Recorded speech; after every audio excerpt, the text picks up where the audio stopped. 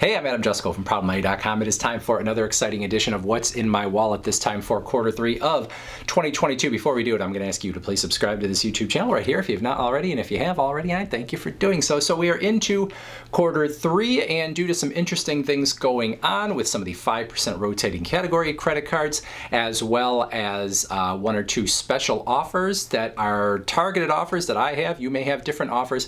I have a different strategy for quarter 3 than I had for quarter 2, or a different strategy than I've had for a while, but it's going to be a good quarter because a lot of good things going on, so we're going to start looking in the wallet. All right, I'm going to toss the wallet aside for a second, and I'm just going to hold the cards in a stack here. I've got them all ordered in the way I want them. We're going to start with the big 3 categories, or at least what I consider the big 3. A lot of other people probably would too. Maybe you don't, but this is my wallet we're talking about. So we're going to start with groceries. City Custom Cash getting the grocery store purchases in quarter 3. City Custom Cash gives you 5% cash back in the category where you spend the most each month on up to $500 of purchases. In that category, grocery stores is one of those categories. In addition, last month I got a special offer where I could get an extra 5% on grocery store purchases through the end of August. Now, technically, these offers go on top of each other. They stack on top of each other. So 5% that I could get from the card normally if it was my highest spend category,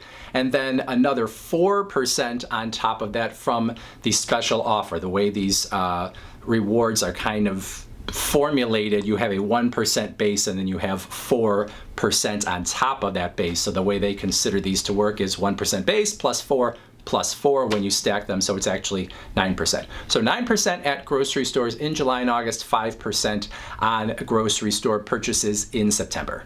Now, normally I would use the American Express Blue Cash Preferred for my groceries because it gives 6% at US supermarkets. However, that 6% is on up to $6,000 of purchases per year, and we usually blow through that in our household. So anytime I can get 5% or even more, in this case, on grocery store purchases, I'll actually use a different card knowing that eventually I'm going to hit the 6,000 with this card one way or another. So this card is a card that I often recommend, but for now it is going to be back-burnered as far as the supermarkets go. Now, normally that City Custom Cash card that I'm using for grocery store purchases is my restaurant card. That's where I usually use it to get the 5% on restaurants as my highest spend category. But in quarter 3, Discover is delivering in the restaurant category, giving 5% back on restaurant purchases as well as 5% back on PayPal purchases, and that is on up to $1,500 of purchases in both of those categories combined in the months of July, August, and September. So if I can get 5% on my restaurants here and use my City Custom Cash for that 9% on groceries, that is a win. And between the restaurants and PayPal with this card getting 5%, I'll probably max out that whole $1,500. And then gas is the third of the big 3 in terms of my spending, and that is going to be the Chase Freedom Flex for quarter 3. Chase Freedom Flex coming through with 5% at gas stations as its rotating category for quarter 3. It's actually 5% at gas stations, movie theaters, car rentals, and select live entertainment, and you would get that 5% on up to $1,500 of purchases in quarter 3 on all of those categories combined. I might use it a little bit for those other categories, but for the most part, it's going to be gas, and I probably won't max it out even with the high gas prices, but between all of those, I'll probably get a pretty decent spend here. So as far as the 5% category cards go, the Discover It card and the Chase Freedom Flex card, we've got some pretty good things going on in quarter 3 with the fact that you have 5% on restaurants with Discover and 5% at gas stations with Chase, and then you have those other categories as well, if I can talk here. And so pretty nice situation with the big 3 as far as I'm concerned. Pretty well covered, 5% or more on all of those purchases.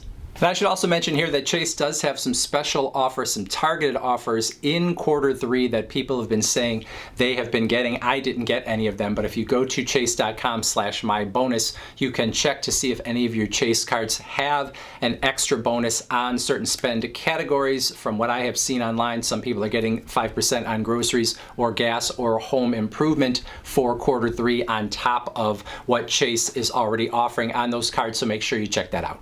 In terms of travel for quarter three, I have a lot of points on numerous cards, so probably most travel that I actually buy, I would actually do it through my points. But if I were going to be doing actual spending my own money on travel, probably would use the American Express Platinum for any air travel and maybe hotels, although my Capital One Venture X would also give me 10 points per dollar if I book my hotels through Capital One Travel, so maybe I would choose that instead. And then there also is the possibility that I would use the Chase Sapphire Preferred to book either air travel or hotels, depending on what the deals looked like on all of the portals, because this is again something where you're getting inflated points when you use Chase's travel portal. But again, I probably won't really be paying for any travel with my actual credit cards here in quarter three, so I don't know that any of this makes sense. However, I might take some Uber rides, and because of the fact that American Express has the Uber credit, that's something that could come into play.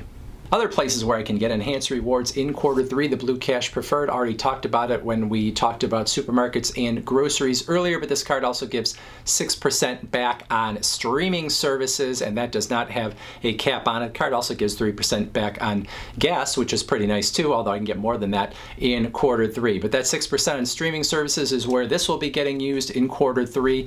The Amazon Prime Visa is going to give me 5% back on my Amazon purchases, also 5% back at Whole Foods, although I never shop at Whole Foods.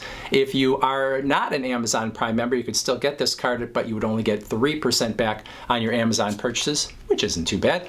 Target Red Card gives you 5% off at Target. You don't get a reward to use later. You get 5% on your purchases as you make them, so it reduces your bill. So that means that if you don't get this card and you shop at Target with any regularity, you would end up paying 5% more than everybody else, which would be quite annoying. And then finally, the Chase Freedom Flex, which we've already talked about a little bit, also has a Starbucks special offer that I got on my card. Not everybody got it, but it goes through the end of August, and that is 5% back on Starbucks purchases. And then everything else is going to go on old trusty, the Citi Double Cash Card, which is going to give me 2% cash back on any purchase across the board. Doesn't have to be any particular category. So anything that doesn't fall into one of those bigger categories going on the Citi Double Cash Card. There are other 2% flat cash back cards out there, like the Citi Double Cash. This is the one I got way back when, so it is the one that I continue to use. And in quarter three, I'll also be doing some experimenting with the Curve card. The idea behind the Curve card is that you have one card that holds all your other cards, so you only have to use one card everywhere, but by using the app that goes with this card, it knows exactly which one of your other cards to funnel that purchase to so that you can maximize your rewards. So you have all kinds of convenience from only using one card, and everything goes where it should to make sure that you are getting the most back. And if something doesn't work out right, you could even go afterwards and change a purchase from one card to the other. This is the promise of the card. It is not quite there yet. In specific, it only works right now with MasterCard and Discover credit cards. It does not work with Visa and American Express. So in the short run, actually kind of a pain in the butt more than something good for me, because I have a lot of Visa and American Express cards, so it's just another card to carry around that I know does not hold all of my other cards. So then I have to think about when I would use the Curve card and which other cards are actually loaded onto this card. So not really all that convenient in the short term, but I'm going to experiment a little bit. They are giving me an extra 1% in the short run to use the card, and hopefully if they get Visa and American Express on board and I really love it, maybe this would be my only card and these What's in My Wallet videos would be super short.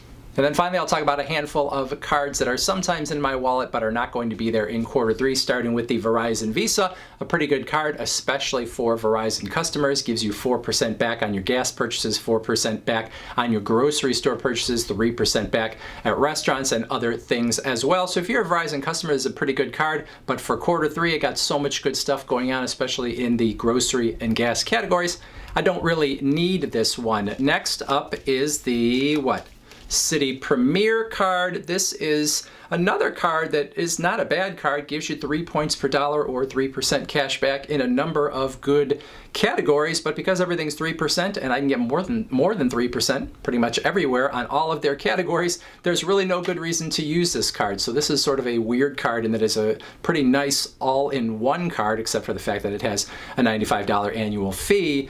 But if you're doing better in all the other categories, you don't necessarily need to use it. Next up, the old Wells Fargo Propel. Now you may know that Wells Fargo is coming out. By the time you're watching this video, they may already have come out with the Wells Fargo Autograph Visa, which is very much like this old Wells Fargo Propel American Express card. I'm actually hoping that they are going to just change this card into that one, but it's another one that gives you 3 points per dollar or 3% cash back in a lot of these sort of big categories like restaurants and gas and travel and all that kind of stuff.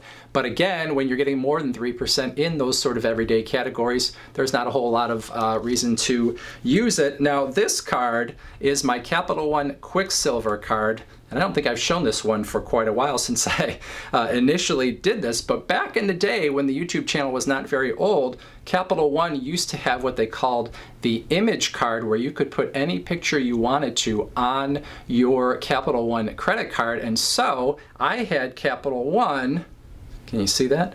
Put this picture of me on my Capital One Quicksilver. Now, I don't ever use my Capital One Quicksilver, but you can be darn sure I am going to keep this card forever. And then finally, the Amex Everyday, which I never touch, and I'm not even going to show because you could probably see the credit card number. So those are the ones that are not going to make the cut in Q3, and some of them aren't going to make the cut ever again.